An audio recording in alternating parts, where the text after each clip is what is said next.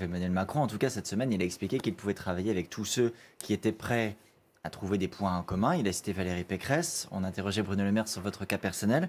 Quand on regarde le programme écologique d'Emmanuel Macron, il y a bien sûr le nucléaire. On connaît vos désaccords. Mais est-ce que sur le reste, vous êtes si éloigné de ça que lui? Est-ce que vous pourriez absolument pas travailler avec lui sur tous ces autres sujets hors nucléaire, bien sûr?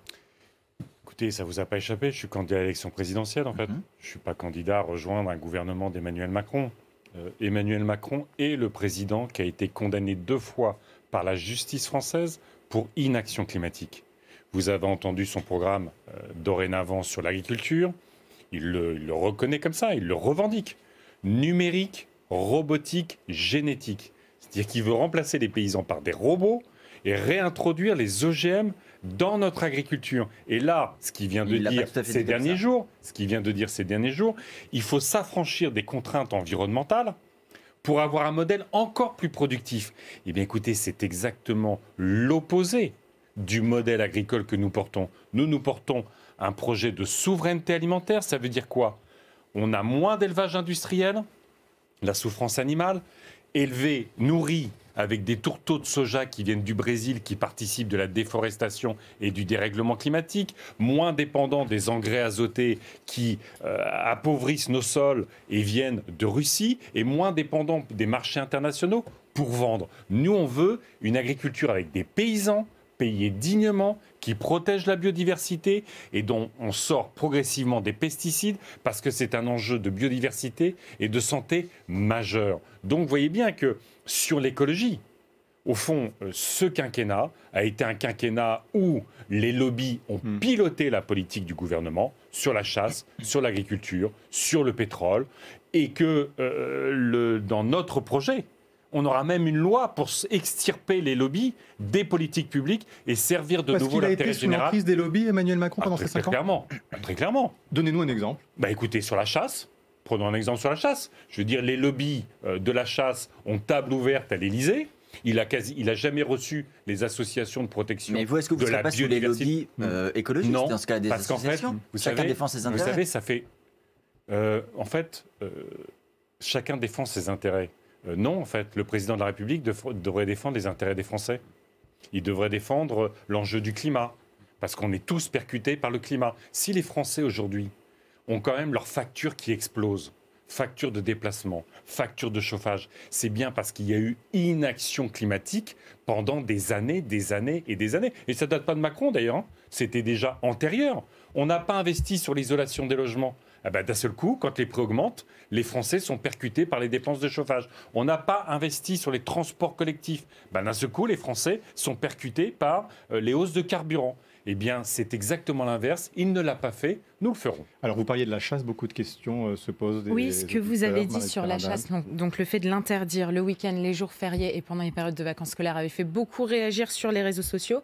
Mardi qui arrive, les chasseurs vont recevoir les candidats à l'élection présidentielle devant un grand oral qui a organisé. Vous n'avez pas été invité. Si ça avait été le cas, est-ce que vous y serez allé?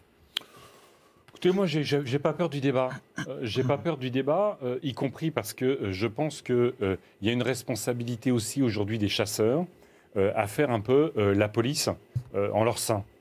Quand on a, il y a quelques semaines, une jeune femme de 25 ans qui est tuée, alors que simplement elle se balade, elle est tuée par une jeune fille qui a 17 ans et qui manie une arme avec des balles qui tirent à plusieurs kilomètres. Ils ne prennent pas assez leurs responsabilités? Bien sûr que non. Vous avez entendu le patron de la fédération de chasse, Willy Schrein.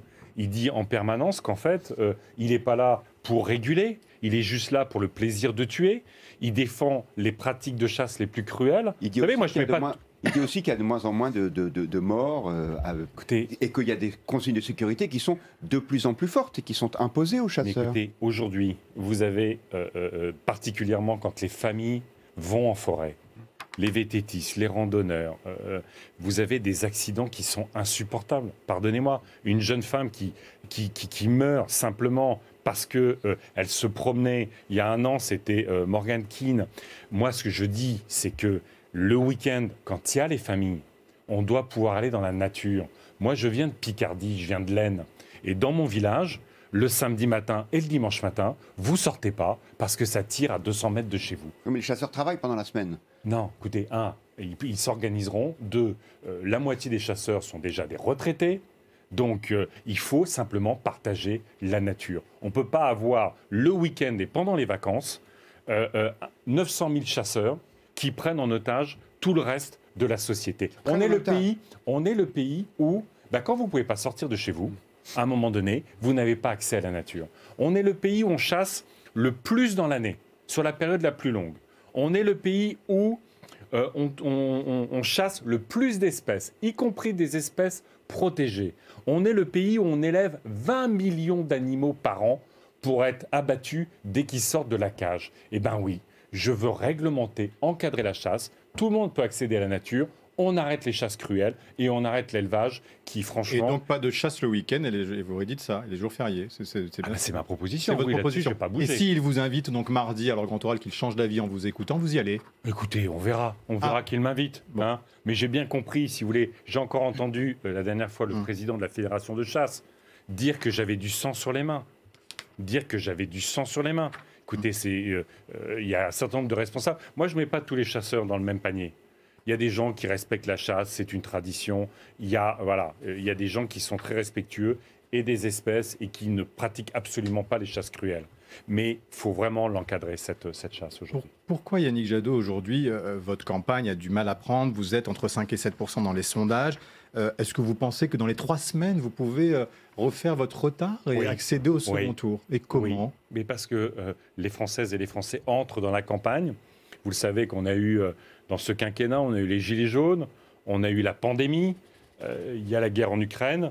Et donc, les Français se saisissent seulement maintenant de cette campagne présidentielle. Donc on est dans le money time, comme on dit en sport. Il y a beaucoup de Françaises et de Français qui sont indécis aujourd'hui. Et moi, je veux croire qu'à un moment donné, y compris le contexte d'atrocité en Ukraine, va faire que les Françaises et les Français vont s'interroger sur d'où viennent ces crises. Qui a construit les dépendances aux énergies fossiles ? Qui a été pendant des années dans les complaisances politiques vis-à-vis de Poutine? Là, le problème, qui aujourd'hui porte les solutions justement pour anticiper ces crises, pour qu'elles n'arrivent pas. Et puis, vous savez, il y a une spécificité de ma campagne. C'est que c'est le climat, la biodiversité et autour de ça, la justice sociale et l'innovation économique. C'est un programme qui n'existe nulle part ailleurs. Oui, mais je veux croire que les choses essentielles, à un moment donné, seront dans la campagne, seront dans la tête des Françaises et des Français et dans l'urne quand il s'agira de voter. Marion Maréchal, qui était là la semaine dernière à votre place, puisque vous parliez à l'instant aussi de la facture énergétique, disait tentons l'exploitation du gaz de schiste pour faire en sorte de faire baisser la facture des Français. Que leur répondez-vous? Écoutez, en Grande-Bretagne, ils ont essayé, ils ont arrêté, parce que ça crée des séismes localement et d'énormes pollutions. Écoutez, c'est simple, si vous voulez faire du gaz de schiste, on a eu ce débat en France, c'est autour de l'Île-de-France, c'est des forages absolument partout, comme dans le reste du pays.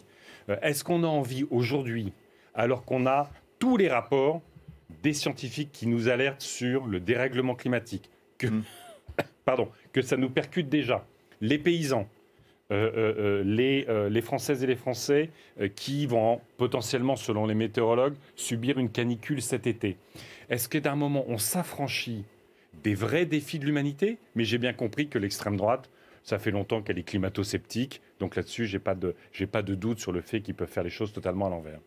Dans le contexte dans lequel nous sommes, le président du Sénat, Gérard Larcher, élu des Républicains, a eu cette phrase « S'il n'y a pas de campagne, la question de la légitimité du gagnant se posera ». À votre place tout à l'heure, le ministre Bruno Le Maire condamnait ces propos. Est-ce que ce sont des propos que vous partagez? Une analyse que vous partagez? La question, ce n'est pas la légitimité démocratique de celui ou de celle qui sera élu. Parce qu'il y aura eu un vote et nos institutions sont comme ça. Le sujet, c'est est-ce que cette campagne présidentielle, pour le moment, est à la hauteur des défis et des choix de société que doivent faire les Françaises et les Français? Et alors, que répondez-vous? Pas pour l'instant. Pour l'instant, c'est une forme de campagne qui est confisquée.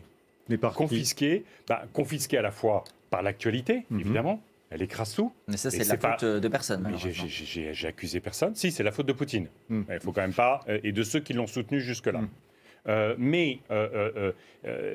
Quand on a autant d'interrogations dans la société, pourquoi autant de crises qui frappent de plus en plus brutalement? Quand on a autant de colère, d'angoisse, mais aussi d'enthousiasme, d'énergie, de projets, eh bien, il faut à un moment donné que la politique arrive à être le débouché.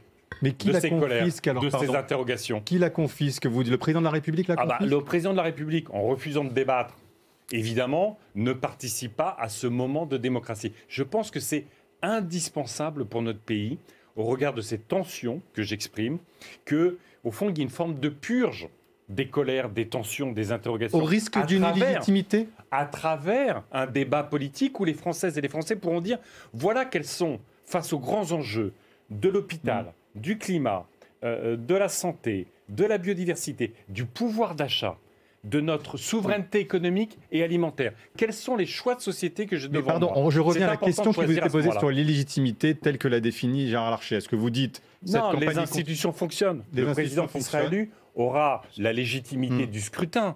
Mais reconnaissons que s'il n'y a pas vraiment de débat, il aura quelle légitimité sur le programme qu'il porte si ça n'est pas débattu? Et il ne veut même pas débattre de son bilan. Il ne veut même pas débattre de son bilan, tellement il est fébrile, au fond, sur ce bilan. Puisque vous parlez des institutions, vous allez présenter cette semaine, je crois, votre programme sur les institutions. Ouais. Est-ce que, on entendait tout à l'heure Bruno Le Maire, sur la fonction de Premier ministre assez hésitant pour la conserver, qu'est-ce que vous faites? Vous faites aussi un régime présidentiel ou Non, je déplace plutôt vers le parlementarisme, c'est-à-dire qu'on a un gouvernement avec un Premier ministre, et pour ma part, ce sera une Première ministre responsable devant une Assemblée nationale élue à la proportionnelle. Et le président aurait une fonction honorifique, par exemple, comme en Allemagne ou pas? Ce n'est pas une fonction honorifique, il a une fonction de fixer le cap, il a une fonction de garantir l'état de droit, c'est au fond l'article 5 de la Constitution, et donc il se pose comme garant des institutions, il se pose comme garant du cap fixé lors de l'élection présidentielle, comme le garant du temps long, et notamment la question de l'environnement, de la biodiversité et de la solidarité dans notre pays, mais on a un gouvernement qui gouverne et qui rend compte non pas au président de la République, mais qui rend compte à l'Assemblée nationale. Et votre première ministre, vous dites ce sera une femme. Et ce sera qui? Par principe? Oui. Et mais vous avez un nom en tête? Vous avez raison. Est-ce que vous avez non, on n'est pas encore à désigner le gouvernement. Mais oui, par principe, ce sera une femme. Parce que je pense qu'il faut la parité à la tête de l'exécutif. Et je souhaiterais mais ce ne sera pas le choix du président de la République, vous l'avez bien compris, puisque que ce soit une présidente de l'Assemblée nationale aussi, ça renouvellerait notre institution. J'imagine que ce sera pas Sandrine Rousseau.